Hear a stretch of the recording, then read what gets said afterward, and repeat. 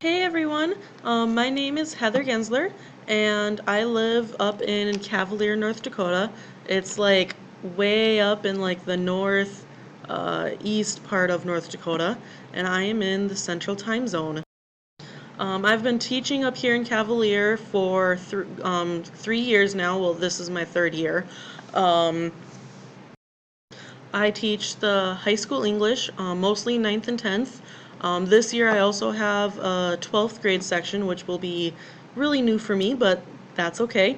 I also teach a creative writing and a fiction course for half of the year.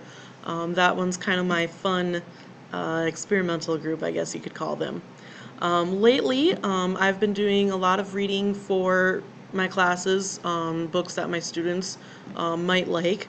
I just finished Looking for Alaska by John Green, and I'm going to reread Divergent because that's one of the books that I'm hoping to teach this year to my sophomores, actually. I live with my cat Princess right now.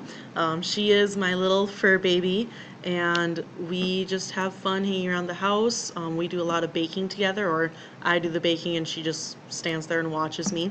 Obviously, I do a lot of reading, and I also love to snuggle up, and put in a good movie, and have her curl up with me at times.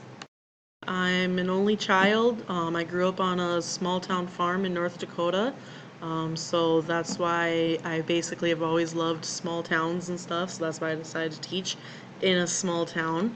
I graduated from Steele High School and then got a bachelor's degree at VCSU. And now I'm going to graduate this coming spring actually from UND. One thing that I'm hoping to take away from this course is how to become a better leader.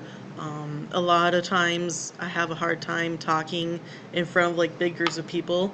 Put me in front of a classroom of teenagers and no problem, I can talk, but I'd really like to be able to just communicate better and become a better leader. Have a good year, guys!